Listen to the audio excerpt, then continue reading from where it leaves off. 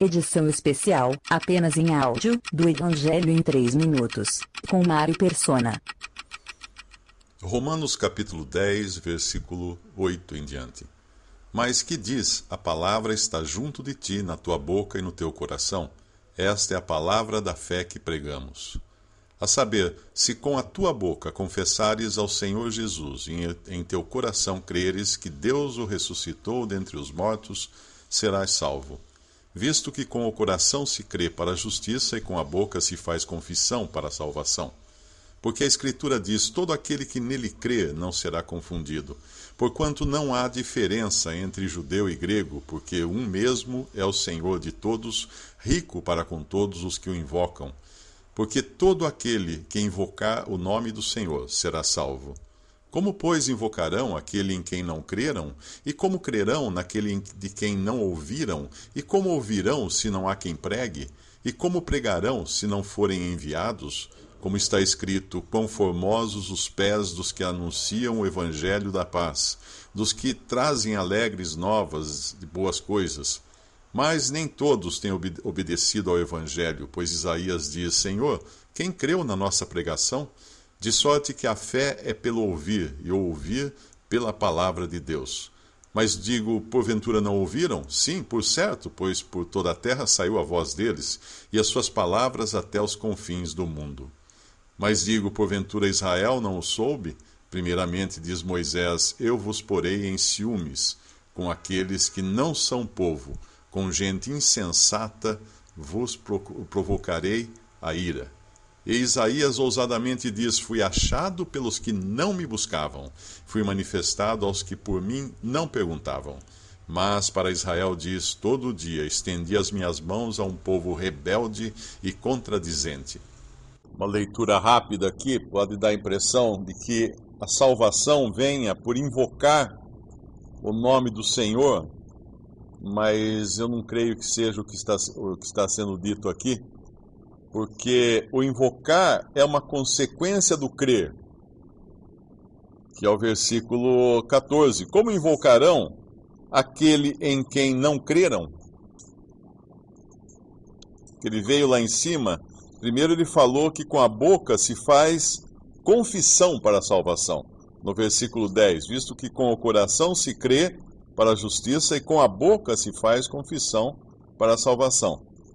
Porque a Escritura diz que todo aquele que ele confessar, não, todo aquele que nele crer não será confundido. Ou todo aquele que a ele invocar, não, todo aquele que nele crer. Tudo começa pela fé. Na parte que diz respeito ao homem, tudo começa no crer. E aí, depois do crer, então, vai invocar o nome do Senhor, aquele que crê. E aí é o que fala o versículo 13, porque todo aquele que invocar o nome do Senhor será salvo. Como, pois, invocarão aquele em quem não creram? E como crerão naquele de quem não ouviram? E como ouvirão se não há quem pregue? E como pregarão se não forem enviados? E aqui a gente tem que ler ao contrário para entender a ordem das coisas. Primeiro, alguns são enviados pelo Senhor a pregar. E é importante lembrar disso, que até mesmo a disposição de pregar o Evangelho não vem do homem, mas deve vir de Deus. Quando Paulo, passando por... existe uma passagem em Atos, capítulo 16, versículo 6. E passando pela Frígia e pela província da Galácia, foram impedidos pelo Espírito Santo de anunciar a palavra na Ásia. Ora, para a mente lógica, racional, não faz sentido. Porque, afinal, eles não estavam saindo para pregar, para levar a palavra. Como é que o Espírito Santo poderia impedi-los de levar a palavra?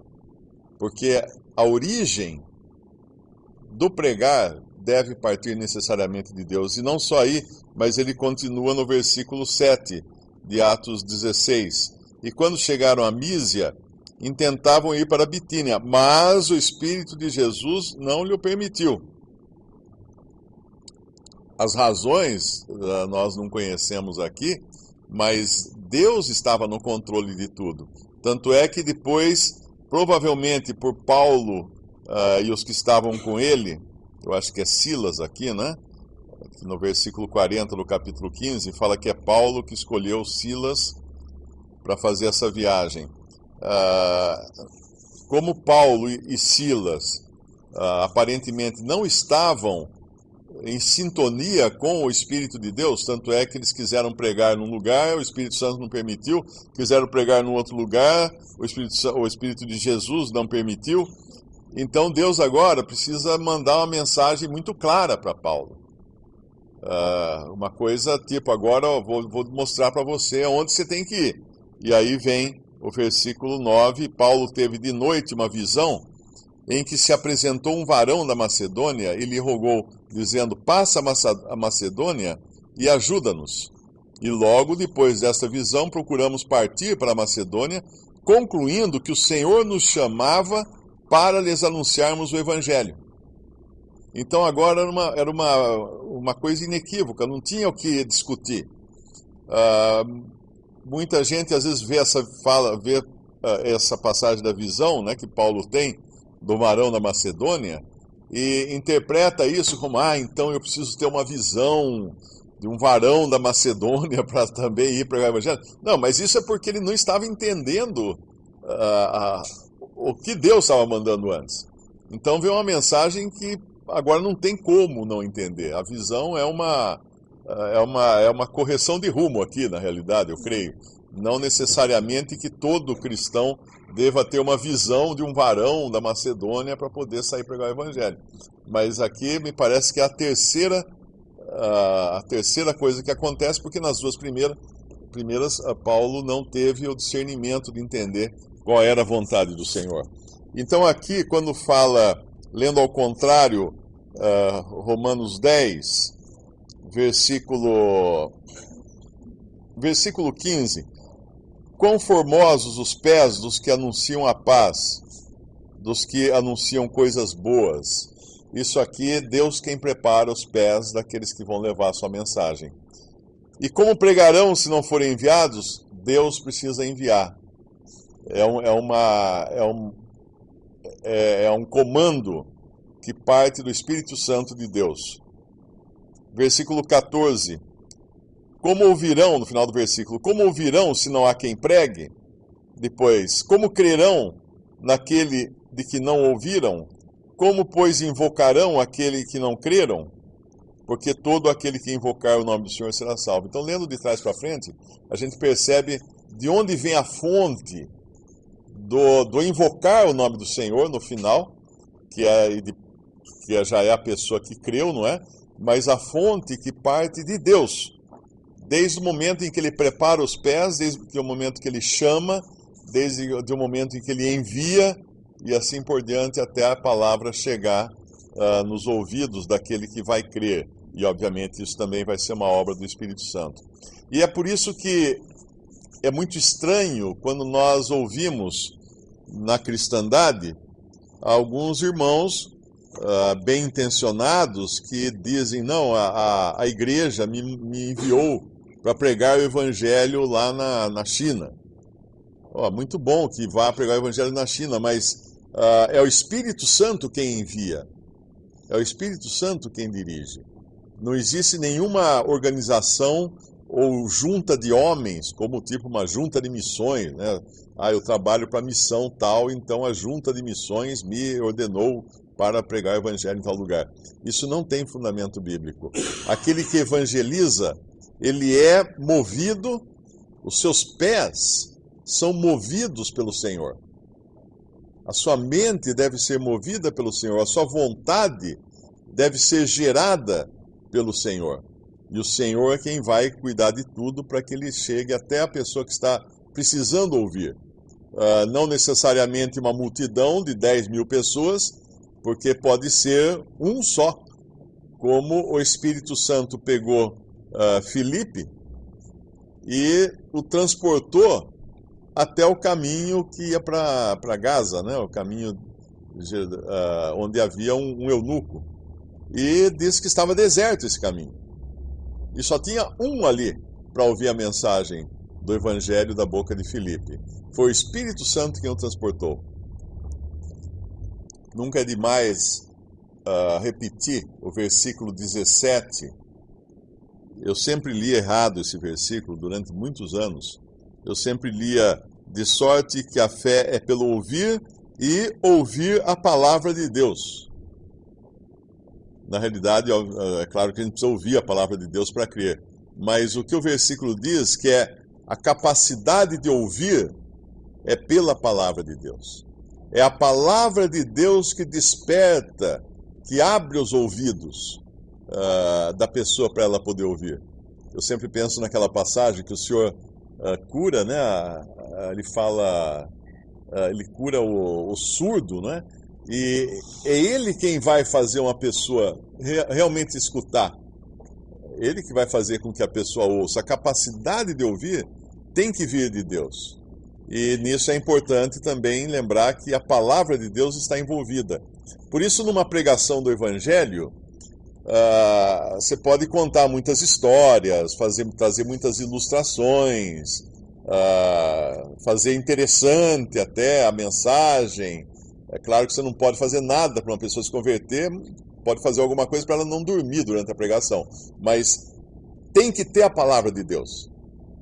Tem que ter a palavra de Deus. Ainda que ela não precise ser necessariamente, vamos abrir em Romanos capítulo tal, versículo, porque o incrédulo não sabe nem o que é Romanos, não sabe o que é capítulo, não sabe o que é versículo, mas tem que ser dita a palavra de Deus. E isso pode até ser feito en passant, quando a pessoa está falando a sua mensagem e Deus amou o mundo de tal maneira que deu o seu Filho unigênito para que todo que nele crê não pereça, mas tenha vida eterna. Não precisa nem dizer que está em João 3,16. Mas isso que foi dito é a palavra de Deus que vai abrir os ouvidos do incrédulo. A apelação do Espírito vai abrir os ouvidos dele, para que ele possa entender a mensagem e possa crer no Evangelho. Então, qualquer que seja a pregação, a mensagem, o assunto, tem que existir passagens da palavra de Deus costuradas na mensagem do pregador do Evangelho. Por isso que aqueles calendários, alguém às vezes pode falar assim, mas eu vou dar um calendário para a pessoa, mas o calendário não tem nada, só tem um versículo ali, será que isso vai fazer o quê? Aquilo ali é a palavra de Deus. Ali tem a palavra de Deus e tem poder. Tem poder, a palavra de Deus tem poder. A gente, quando eu era garoto, eu via aqueles gibi do cara que falava Shazam, e aí de repente ele saía voando, né? E era uma palavra mágica que dava poder pro super-herói voar, ou coisa assim. Na realidade, claro, isso aí é um exemplo tosco, mas é isso que a palavra de Deus faz. Ela vai gerar na pessoa, aplicada pelo Espírito Santo, ela vai gerar vida. E aquele que estava morto nos seus delitos e pecados, incapaz até de crer, ou de ouvir, ou de entender, incapaz até de sentir o peso dos seus pecados, a palavra de Deus, que é a água de João 3, a água, ali quando fala da água e do Espírito, quem não nascer da água e do Espírito, essa água da palavra de Deus é que vai dar vida para que aquela pessoa creia no Evangelho. Recentemente, uns cientistas pegaram uma semente de tamareira dos tempos de Jesus. Ela tem cerca de 2.000 anos, essa semente, encontraram lá em algum túmulo, em alguma coisa, algum lugar enterrada, uma tamareira que inclusive não existe. E eles, não existe mais, né? Já foi extinta aquela tamareira específica, aquela espécie específica. E eles conseguiram fazer com que ela brotasse. Então, quando você pega a gente na escola, usava aquele algodão, você punha uma semente de feijão no algodão, mas tinha que pôr o quê naquele algodão? Tinha que pôr água. A semente ia ficar seca ali durante um século, não ia acontecer nada com ela. Mas no momento em que você gotejasse um pouco de água sobre aquela semente de feijão, no dia seguinte estava ela se abrindo e nascendo uma planta de feijão ali naquele algodão. A água tem esse poder, e a água é a palavra de Deus. A água é o que vai regar a pregação daquele que evangeliza. o apóstolo vinha falando de Israel e abriu esse parêntese aqui para falar do Evangelho sendo enviado. E ele volta agora no versículo 18, mas digo, porventura não ouviram? Sim, por certo, pois por toda a terra saiu a voz deles e as suas palavras até os confins do mundo. Mas digo, porventura Israel não o soube? Primeiramente diz Moisés, eu vos meterei em ciúmes com aqueles que não são povo, com gente insensata vos provocarei a ira. Uma vez esse versículo fez muito sentido para mim. Eu estava numa fila, numa livraria em São Paulo, comprando uma Bíblia, uma livraria evangélica, e havia um judeu na minha frente, comprando um LP para dar de presente para a amiga dele, que era presente de amigo secreto, amigo invisível, no trabalho. E ele virou para mim e começou a explicar por que ele estava, eu não perguntei nada, por que ele estava numa livraria evangélica, porque ele era judeu. E ele só tinha entrado ali para comprar o disco para a amiga dele, porque a amiga era evangélica, mas ele não acreditava na Bíblia. E começou a falar um monte de coisa, eu fiquei escutando. E aí eu tentei falar do evangelho para ele já na mesma hora refutou, falou, não, isso aqui a gente joga fora, essa parte aí que vocês falam do evangelho, aí da Bíblia, essa parte a gente joga fora, isso aí não tem valor nenhum e tal. E aí um senhor atrás de mim, eu não consegui abrir uma conversa com ele, aí um senhor atrás de mim pediu licença e pegou a Bíblia, abriu em Daniel 9 e leu Daniel 9, quando fala da profecia do Messias, e quando fala, e será tirado, o Messias seria tirado, e então o povo do príncipe que há de vir destruirá a cidade e o templo. Aí ele virou para o jovem e falou assim, quem é esse que seria tirado? Esse é o Messias. Quando é que o templo foi destruído e a cidade foi destruída? No ano 70 da era cristã. Ele falou, cadê o Messias? Só falou isso. O garoto começou, não pode ser, não é possível, não, é impossível, não. Ele largou o LP no balcão e saiu correndo da livraria, dizendo que não era possível, não podia ser. E aí esse irmão em Cristo, né, esse senhor, virou para mim e falou assim, vos porei em ciúme com o povo, ele citou esse versículo aqui, vos meterei em ciúmes com aqueles que não são povo, com gente insensata vos provocarei a ira. Aí ele virou para mim e falou assim, quando o evangelho toca um judeu, ele reage com ciúme. Por que ele reage com ciúme? Porque aquilo que era um privilégio muito grande que Deus deu ao povo judeu, seus oráculos, a lei e tudo mais, se transformou em motivo de orgulho. Eles acabaram se orgulhando daquilo, ficando orgulhosos e desprezando, achando como se aquilo fosse uma coisa que eles tinham conquistado e que não tivesse sido dada por graça para eles. Porque ainda que a gente sempre fale de lei e fale do Antigo Testamento, foi só por graça que Deus escolheu uma nação que não era nação, um povo que não era povo, o vermezinho de Jacó, como fala na Bíblia, e entregou para ele todos aqueles privilégios. Aquilo já foi graça, aquilo já foi uma atitude de graça dada por Deus, de separá-los, de colocá-los num curral, ainda que fosse um curral de leis e mandamentos e ordenanças, mas com isso os separava de toda a idolatria e de toda a iniquidade que existia no mundo pagão. Então Deus como que isolou aquele povo por graça, isolou de contaminação. É como quando você pega uma pessoa e coloca num balão lá, uma pessoa que tem problemas de pegar doenças muito fácil, né? Eles colocam num lugar totalmente isolado, totalmente esterilizado, para que ela não seja contaminada com o que tem do lado de fora. Deus fez isso por graça com o povo. Mas eles se orgulharam achando que aquilo era obra deles, que aquilo era, de alguma maneira, eles tinham conquistado aquilo. Então isso aqui é quando fala, vos meterei em ciúmes com aqueles que não são povo, com gente insensata vos provocarei a ira. Então os judeus até hoje, eles odeiam cristãos. Eles chamam cristãos de goi, que é uma palavra pejorativa, que eles dão esse nome a cristãos.